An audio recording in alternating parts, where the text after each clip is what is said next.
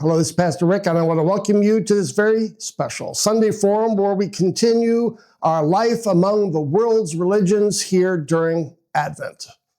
This video is in preparation for our conversations this Sunday, December 21st, the fourth Sunday of Advent again, and we're going to talk about Judaism. This is the last of the four religions that we're focused on in Advent, and our topic is Judaism, how to love and understand our Jewish neighbors.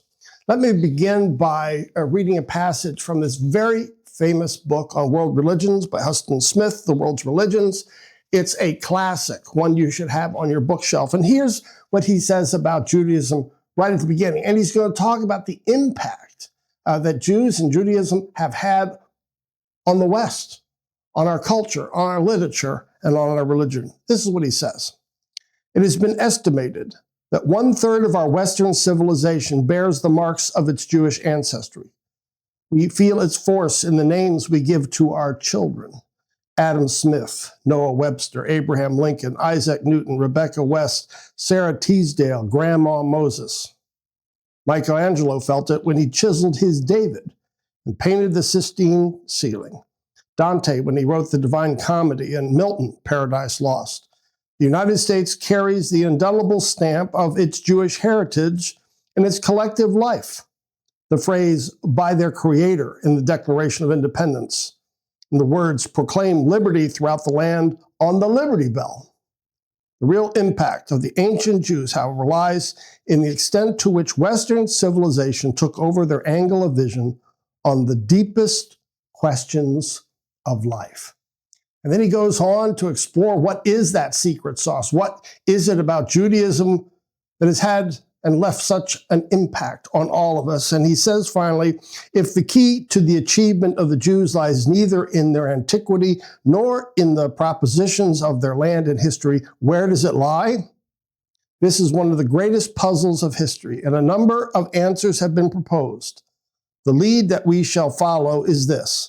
What lifted the Jews from obscurity to permanent religious greatness was their passion for meaning.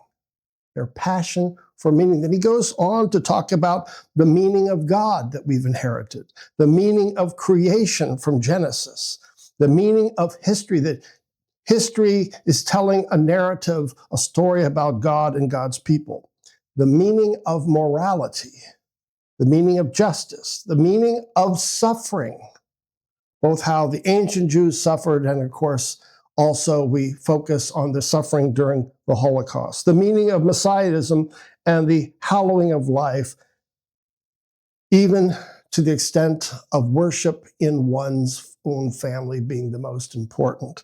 So there's just so much to admire. I mean, here was a religion of the Old Testament focused on the sacrificial system centered in the temple.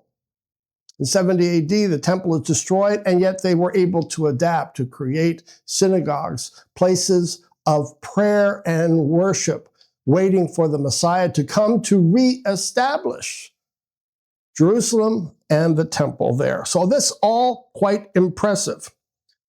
But now we want to talk about our neighbors, especially how we live and how we can love our Jewish neighbor here in the United States. It's about 2.5% of the population, so one of the second largest religion in the United States. So that's important. And many of us have Jewish neighbors, people that we meet and live with, both who are in our neighborhood or maybe in our clubs. And so now here are 5 areas that really do influence how we love the neighbor. And we have to admit, Jews have prospered here in the United States in unique ways in all aspects of life. I remember going to the Jewish Museum in Philadelphia, an old city, and it tells the story really of the genius of this group in all aspects of life, and in the economy, and the arts and letters, even in baseball. Sandy Koufax, I remember, and wouldn't pitch on the Sabbath as a confession of his faith. So here are 5 areas that you should be sensitive to as you try to love your Jewish neighbors. And the first is that anti-Semitism is alive and well. We recognize that just this last week with the murder in Australia. Pretty dramatic and sadly quite normal. We see it in the United States that anti-Semitism is on the rise, hate speech and violence here in Florida in particular. And so when you would want to maybe visit your Jewish friends in the synagogue, you know you don't enter through the front door anymore. Security measures have side entrances with security at almost every synagogue or place of gathering for Jews because they experience violence on a regular basis. We need to know that and identify with that as we love our Jewish neighbors. The second is the whole issue around Israel and Palestine. In 1947, one of the last acts of colonialism, the United Nations arranged for land to be given as a Jewish state, took it, however, from Palestinians, and that has created conflict right from the beginning. And the history doesn't leave anybody on the righteous side or the non-righteous side. There's so much blame to go around, and we know the result is death, particularly now, not just on the Palestinian side, but on the Jewish side as well, having been massacred in October 2 years ago. And so this is intractable. It creates divisions even in the Jewish community, and of course sets up that first debate about anti-Semitism. It creates issues around the world as people form their opinions about the state. And so Israel-Palestine, its conflict is difficult to discuss with Jews openly because it leads to so much misunderstanding and tension. The third is Jerusalem and the temple. If you are a practicing Jew, if that side, the religious side, is important to you, part of your belief is that when the Messiah when he comes, the Messiah will reestablish Jerusalem and the temple, and life there in Jerusalem, in Zion, will be a beacon of light and righteousness for all the nations. And so any discussion of Judaism, at some point, if you're religious, will turn to the temple in Jerusalem and expectations of the coming Messiah. A fourth I want to mention are the divisions in Judaism. There are 3, maybe 4 that we experience here in the United States. Orthodox Jews, you might say, who've taken the tradition and passed it on. In the 19th century, then a second group came up, Reform Jews, who got rid of some of those customs. They accepted modern biblical scholarship. They'll ordain women as rabbis. And so this group helped certain branches of Judaism flourish in Europe and the United States in particular. The third, you might say, are secular Jews. They're non-practicing, and so they'll identify culturally as being Jewish, but they don't often practice their faith. And there's the fourth that you'll see, certainly if you visit Israel, and certainly if you visit New York, and that's Hasidism. They wear the locks, their hair. They follow the Old Testament mandates about how to dress, how to live. The customs are much more strict, and they have certain customs about their devotional life, which are quite exciting. I mean, they have a certain piety, even an ecstasy, a passion about the faith, which is really something to admire. So again, you'll see this in several places in the United States and certainly in Israel. But sometimes when you read, you'll notice 2 brands, 2 kinds, 2 groups of Jews from history, from the 18th century on, that will also come up in our literature, explaining the history of Jews and who came to the United States and who went to Israel. And that's Sephardic and Ashkenazic Jews. Now, you've probably heard those phrases again. The first is Sephardic, and they were Jews coming out of Spain. 1492 was not only when Christopher Columbus he sailed the oceans blue, but also where Jews were kicked out of Christian Spain, and they went to Amsterdam. And this was a time when Amsterdam was one of the centers of the Jewish world, and they prospered there, the Sephardic Jews, as well as the Ashkenazi. They come from Germany and Eastern Europe.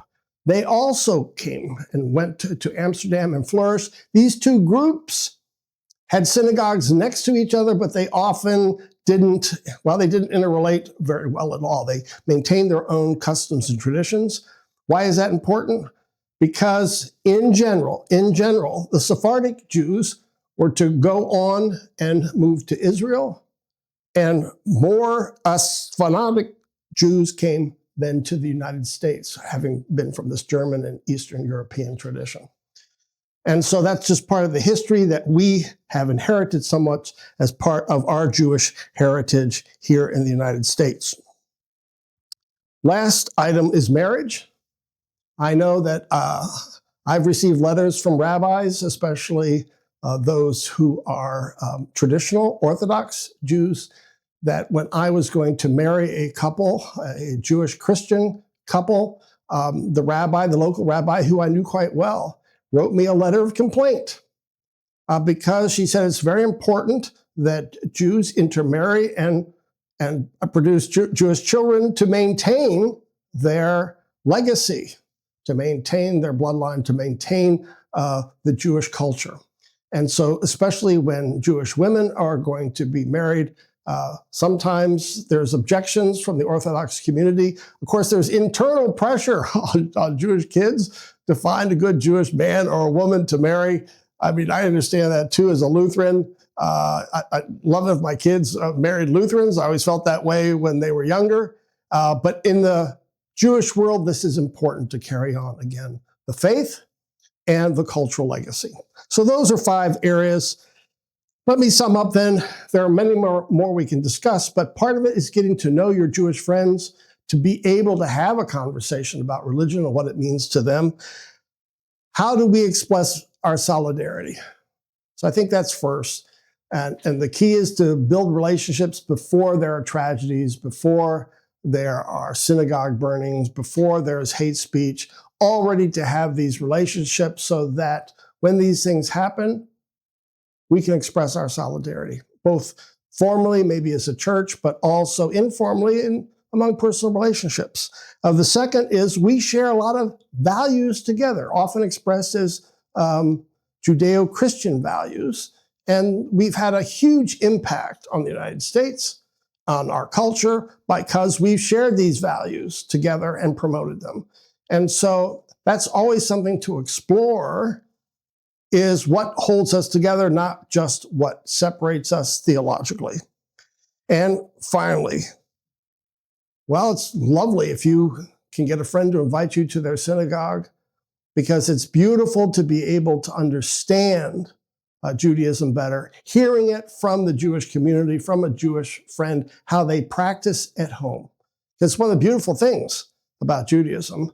After they left the temple, they moved to the synagogue for prayers, but a lot of spirituality in Judaism centers on the home, on the Sabbath meal.